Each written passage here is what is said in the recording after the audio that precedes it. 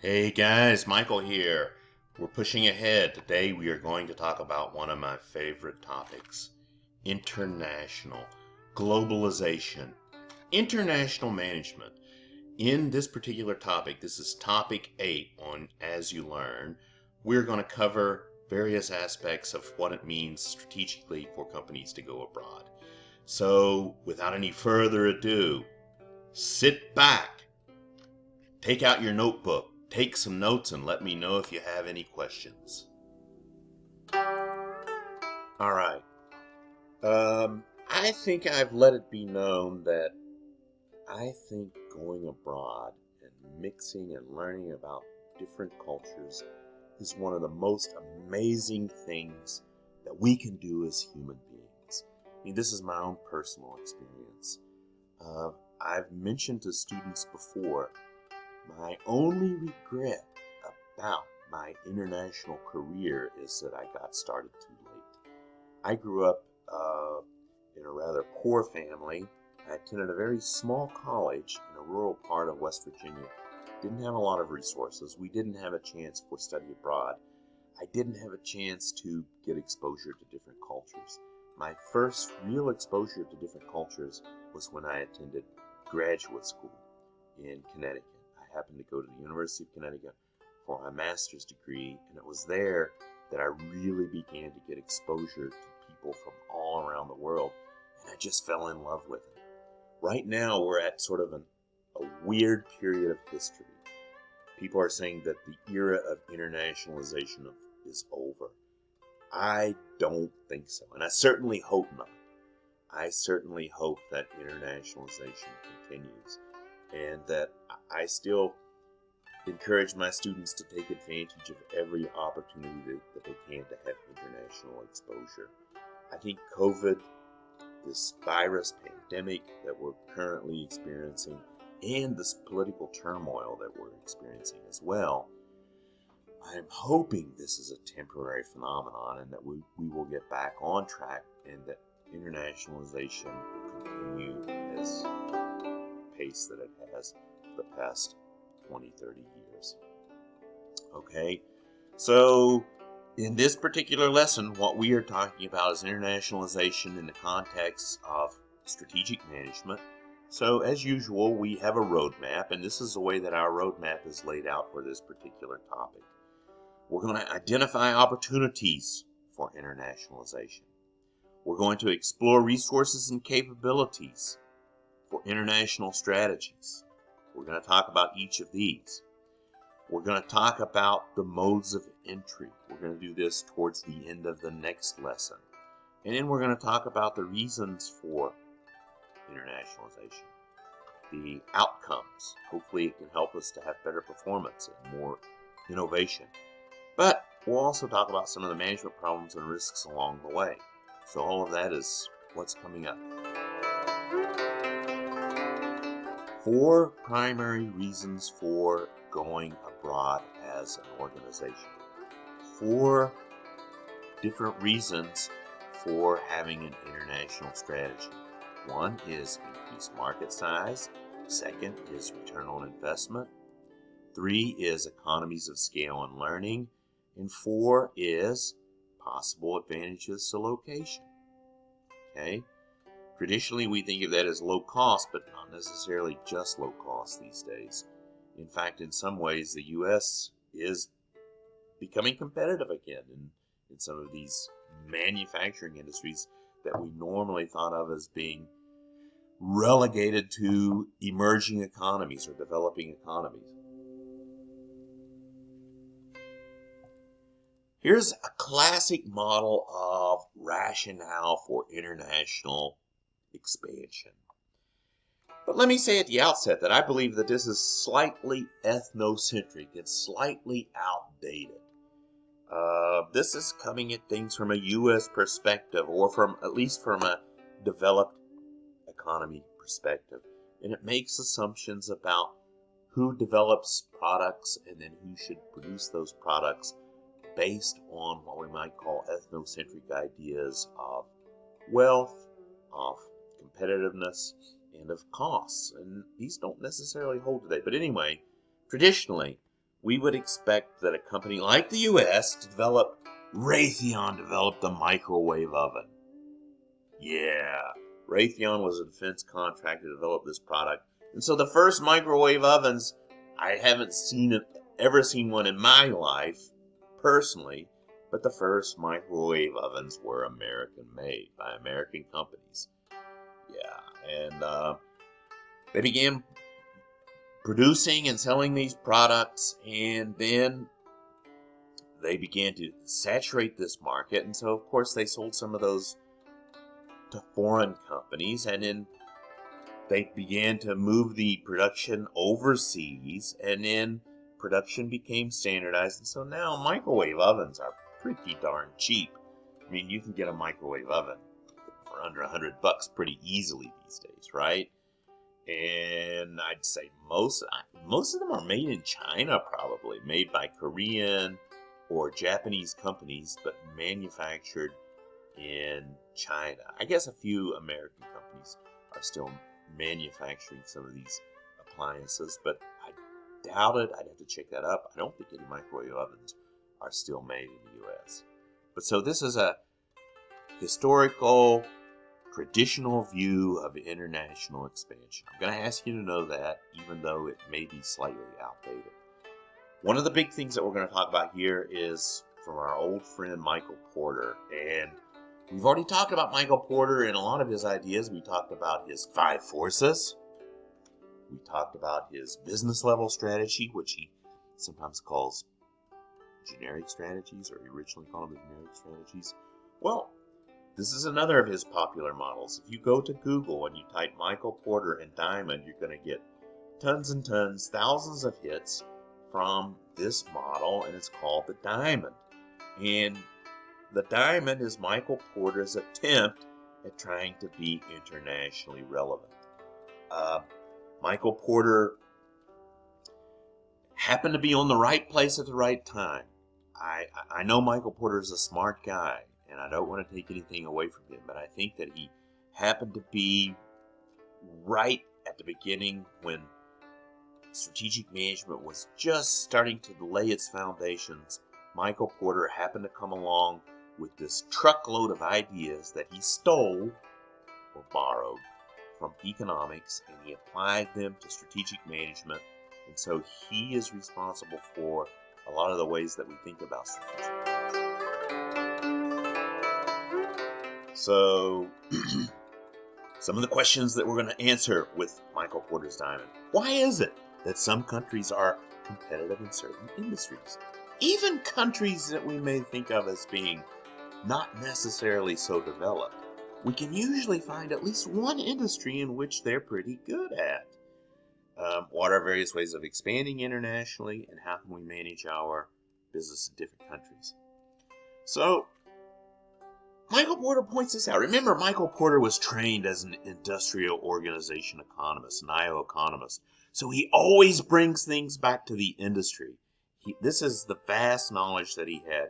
His first PhD was actually in economics. His second PhD was in business. And so he says, why is it that some countries are really good at producing cars? If we look at the nameplates on cars around the world, we see that America is not necessarily the most competitive brand name for cars that's out there. Germany and Japan tend to dominate the world's car markets. Others are leaders in producing computer software. The United States is a leading producer in e-commerce, search engines, for example. And others are leaders in producing shoes. Italy, Italian shoes. It's almost like a cliche, right? So, Michael Porter says it doesn't really make sense to say why is it that some countries are competitive and other countries are not competitive. The U.S. government came to Michael Porter and was interested in increasing competitiveness. He said, that's not the right question, guys. It doesn't really make sense to ask why some countries are competitive and some countries are not competitive. This is a dumb question, and you can't really answer that question in any meaningful way. Instead, it makes a lot more sense to ask, What is it about a nation that creates the environment for its firms to innovate and be dynamic in a particular industry? We've got to look at it industry by industry to really make some progress. And so that's what Michael Porter's diamond is talking about here.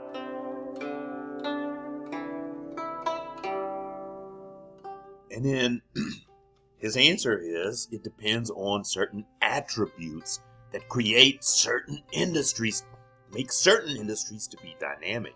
And notice, this doesn't take a big leap of the imagination. These attributes are going to vary from country to country to country. And so some countries might have attributes that really, let's say, make their agricultural sector super competitive. Others might have attributes that make their automobile sector super competitive. And other countries might have attributes that make their fashion industry super competitive. And so it depends on these 4 attributes. The attributes are the factor conditions, the demand conditions, the related and supporting industries, and a firm's strategy, structure, and rivalry.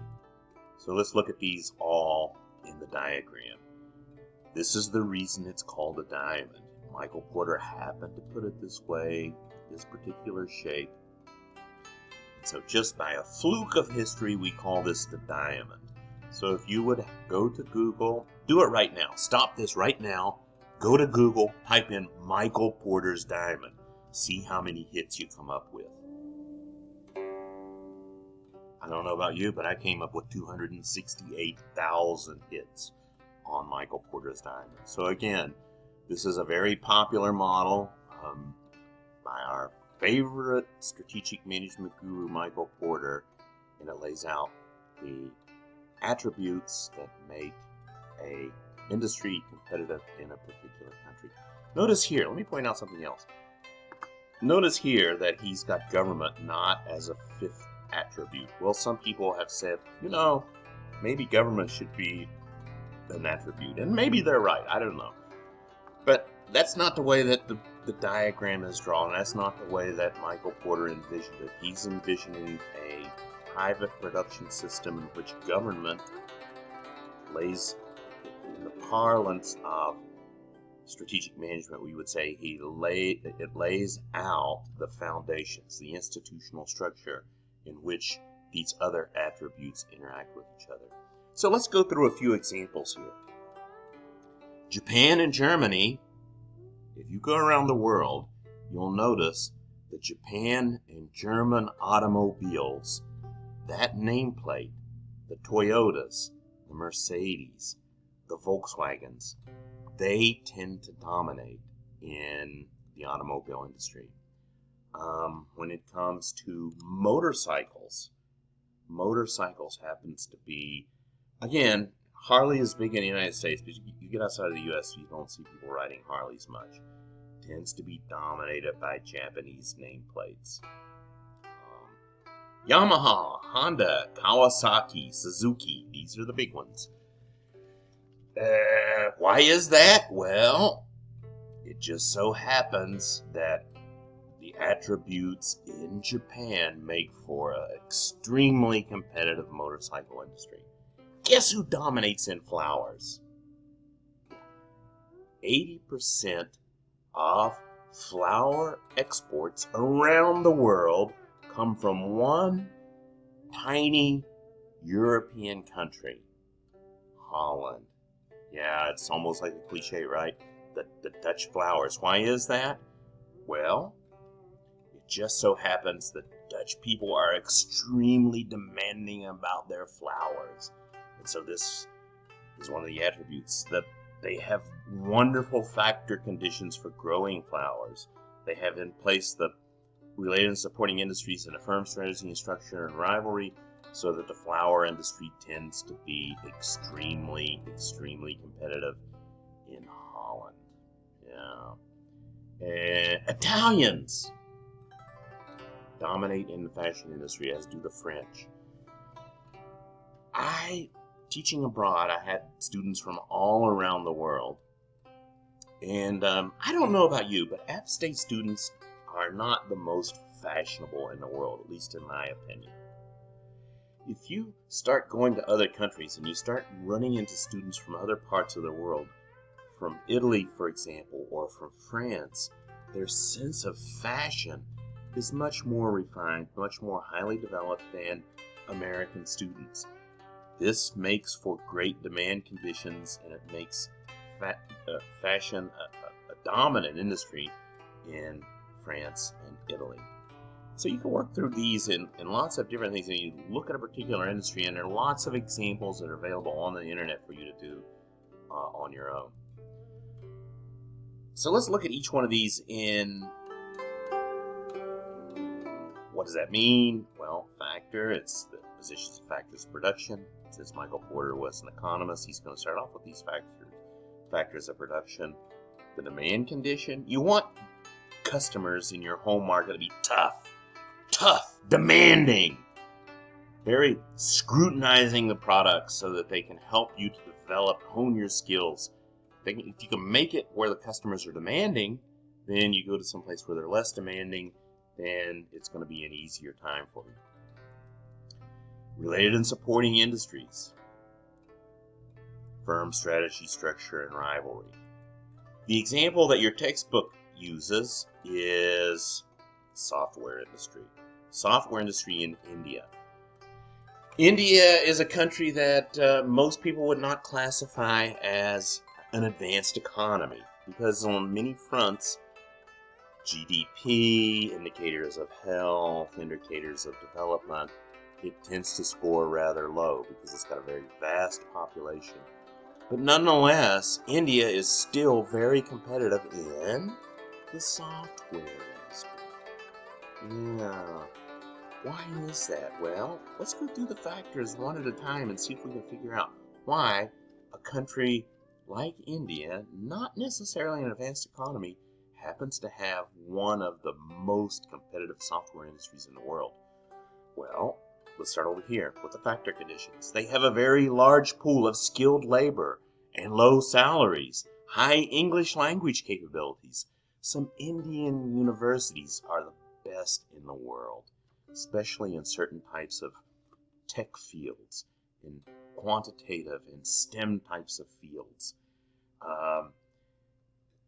This helps them to develop this vast, highly motivated, hard-working labor pool. And if we look at the related and supporting industries, we've got large network of public and private educational institutes, which is necessary. We've got weak but rapidly improving communication infrastructure, duty-free access to imported computers and software. So all of these things make the related and supporting industry very favorable for the Indian software companies industry. I'll get it out here in a minute. Next, domestic rivalry. I'm going to cheat and jump up here. No domestic barriers to entry or startup. 800 firms, mostly small, in fierce rivalry. Growing number of multinational corporations are setting up software development centers in industry. And finally, there's a very symbiotic relationship with the U.S. when it comes to Indian high-tech companies. And if you go to Silicon Valley, if you go to California, in San Francisco, and you go to the Silicon Valley, you'll notice that many of the people working in that industry are of Indian nationality or of Indian ancestry. And this is not a coincidence. It's because of this symbiotic relationship between the United States and India when it comes to tech. So the companies, for example, of Google, of Microsoft, these companies now are run by Indian CEOs. And those guys and gals are throughout that entire industry as part of this symbiotic relationship again. So the demand conditions, a large, growing market, sophisticated customers, cutting-edge applications, all of these things lead to increased competitiveness of the Indian software industry. Paradoxically, the conditions that make it tough for a company to survive in a particular industry actually makes it more likely that the country will dominate this industry in global market. Hey, It's me again. That's all we're going to do for this particular part of this topic. This is topic 8, international management. So until next time, this is Michael saying goodbye.